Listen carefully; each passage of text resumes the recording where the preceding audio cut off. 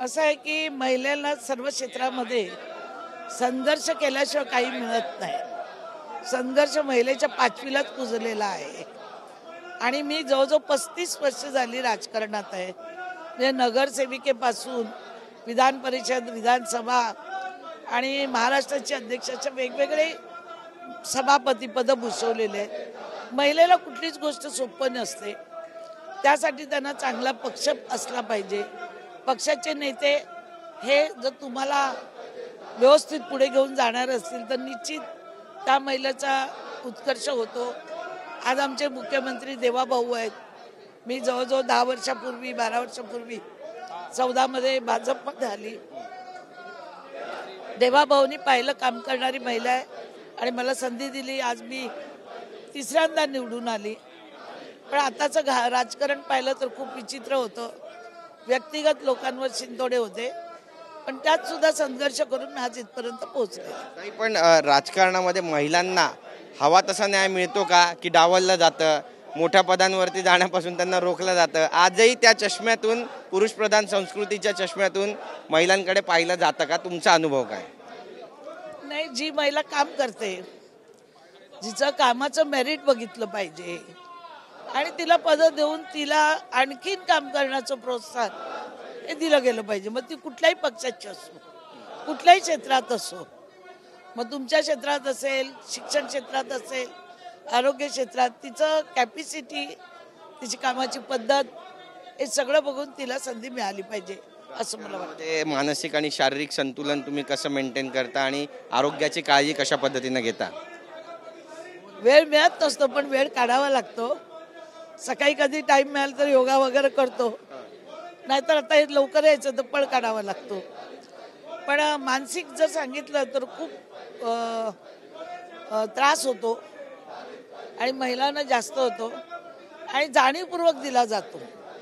कारण तिने काहीतरी बोलावं, तिने काहीतरी उद्रेक भाषण करावं, मग आपण त्याचं राजकारण करावं, ब्रेकिंग न्यूज करावी, असं चालत राहतं.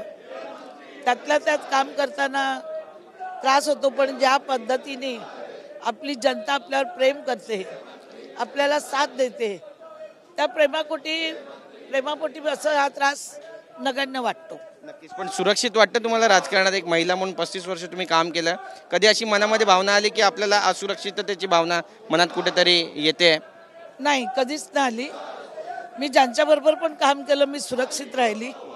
मी काँग्रेसमध्ये होती, राष्ट्रवादीत होती, आता भारतीय जनता पार्टीत. सगळ्यांनी मला, पक्षाच्या नेत्यांनी मान सन्मान प्रत्येक वेळी दिलेला आहे. एक वरिष्ठ म्हणून या पक्षात तर मला खूप मान सन्मान आहे, भारतीय जनता पार्टीत.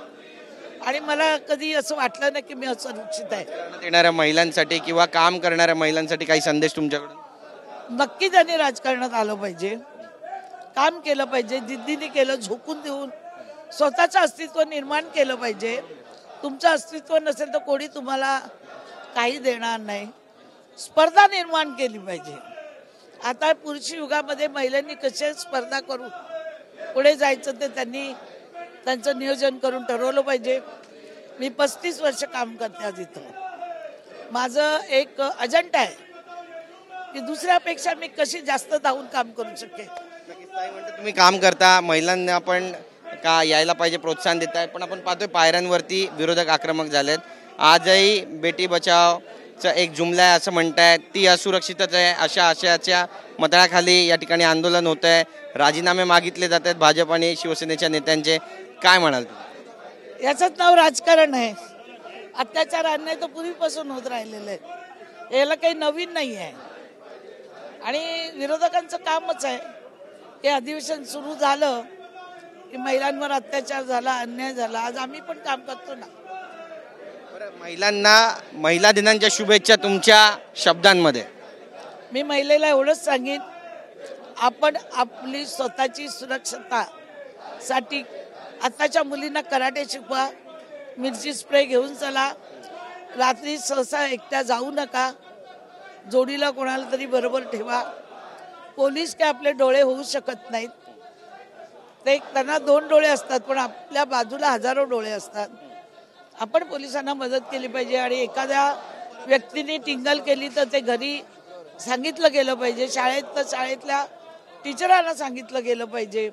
जिथे कुठे असा प्रकार घडेल तर कोणाला विश्वासात घेऊन जर सांगितलं तर ह्या घटना कमी होतील आणि वचक बसवण्यासाठी गुन्हेगाराला ताबडतोब शिक्षाही दिली गेली पाहिजे. नमिताताई मुंदडा आपल्यासोबत आपण त्याच्याशी बोलणार. ताई, उद्या महिला दिन आहे, पण एक महिला आहात, आमदार आहात, आणि तुमच्यासाठी हा दिवस किती महत्त्वाचा, किती मोठा, किती विशेष? खूप महत्त्वाचं आहे. मला ॲक्च्युली खूप आनंद आहे की या सभागृहामध्ये स्पेशली ह्याच्यावर चर्चा होणार आहे. आम्हा सगळ्या महिलांना वेळ देऊन आम्हाला आमचे जे विचार आहेत, थॉट्स आहेत महिला दिनाबद्दल, हे आम्हाला बोलायला सभागृहामध्ये संधी वेगळी स्पेशल मिळणार आहे. ह्याच्यासाठी खरंच मला खूप आनंद आहे. नक्कीच ताई, पण राजकारणामध्ये येताना एक महिला आहे, राजकारणात कसं जावं असं कधी विचार मनात डोकावला की आधीपासून तुम्ही कॉन्फिडेंट होता की राजकारणामध्येच यायचंय, जनतेची सेवा करायची? असं काय नाही, आधीपासूनच कॉन्फिडन्स होता. कारण आय फील लाईक खरं जे महिलांचं जे कॉन्फिडन्स असतो तो आपल्या घरामध्येच होतो. आणि माझ्या आईवडिलांनी मला खूप चांगल्या पद्धतीने रेस केलं, अपब्रिंगिंग केलं आहे. आणि मला पहिल्या दिवशीपासूनच कॉन्फिडन्स होता की जे काम मी हातात घेईन मी एकदम चांगल्या पद्धतीने करू शकते. माझी चॉईस होती. सभागृह असेल, पॉलिटिकल असेल, घरचं असेल, आई असेल, तसं मिळून सगळेच काम. तुम्हाला कठीण वाटतं राजकारण की घर सांभाळणं? सगळ्यात कठीण आहे दोन्ही एकत्र करणं, हे सगळ्यात कठीण आहे. कारण दोन्ही कामं आपल्या आत खूप कठीण आहेत. तर एकत्र करणं हे खरंच खूप पळापळी होते. सुरक्षित असं तुम्हाला वाटतं? कारण आपण पाहतोय विरोधक पण आक्रमक झालेले आहेत आणि राज्यात ज्या पद्धतीच्या घटना घडतात महिला अत्याचाराच्या, बरीच मागणी होते, राजीनाम्यांपर्यंत हे सगळं येऊन पोहोचलंय. नाही, तुमचं अगदी बरोबर आहे. महिलांचं जे आत्ता आपल्या महाराष्ट्रामध्ये सिच्युएशन आहे आणि हे पहिल्यापासून म्हणजे हे काय चांगलीचं होत नाही आहे, वाईटच्या पद्धतीने सुद्धा कुठेतरी जातं असं म्हणणं चुकीचं ठरणार नाही. तर ह्याच्यासाठी शासनाची जबाबदारी तर आहेच चांगल्या पद्धतीने महिलांना सुरक्षित करणं, त्यांच्यासाठी वेगळे योजना आणणं, त्यांना सपोर्ट करणं. पण कुठेतरी आपण सुद्धा सिटिझन म्हणून आपल्या घरामध्ये आपली जबाबदारी आहे की आपण जसं आपल्या मुलींना समजून सांगतो तसं आपल्या मुलांना जर सगळ्या आईवडिलांनी समजून सांगितलं तर नक्कीच आपलं हे महाराष्ट्र आहे चांगल्या पद्धतीने सिक्युअर होईल, सेफ. महिलांना तुम्ही काही सल्ला देणार ज्यांना राजकारणामध्ये यायचंय त्यांना? नक्कीच मनात काही संकोच ठेवून नाही यायचं. धाडशीने जे सगळे महिला कामं करतात ते सगळे कामं तुम्ही हाती घेतात, तसंच हे सुद्धा हे दुसरं कामच आहे, ते हाती घेऊन नक्कीच चांगल्या पद्धतीने तुम्हाला यश प्राप्त होईल. त्या शब्दात महिला दिनाच्या शुभेच्छा कशा आहेत? महिला दिनाच्या मनापासून खूप खूप आनंदाने शुभेच्छा आपल्या सर्वांना, जे महाराष्ट्राच्या असतील, आपल्या देशाच्या असतील, सर्वांना, माझ्या मतदारसंघातल्या जे एक स्ट्रॉंग महिला आहेत त्यांना मनापासून मी एकदम हॅपीली शुभेच्छा देते. धन्यवाद. आमच्याशी बातचीत केलं त्याबद्दल ताई. तर आपण पाहतो या ठिकाणी भाजपच्या काही महिला आमदार आहेत ज्यांनी महिला दिनाच्या शुभेच्छा दिलेल्या आहेत आणि आपण राजकारणात कसे आलो याबद्दल देखील भाष्य केलं आहे, अनेकांना प्रोत्साहन सुद्धा दिलं आहे. त्यामुळे महिला दिन विधान भवनामध्ये अगदी उत्साहात आज साजरा केला जातोय. कॅमेरापर्सन योगेश गुरवसह गिरीश गायकवाड, TV9 मराठी, मुंबई.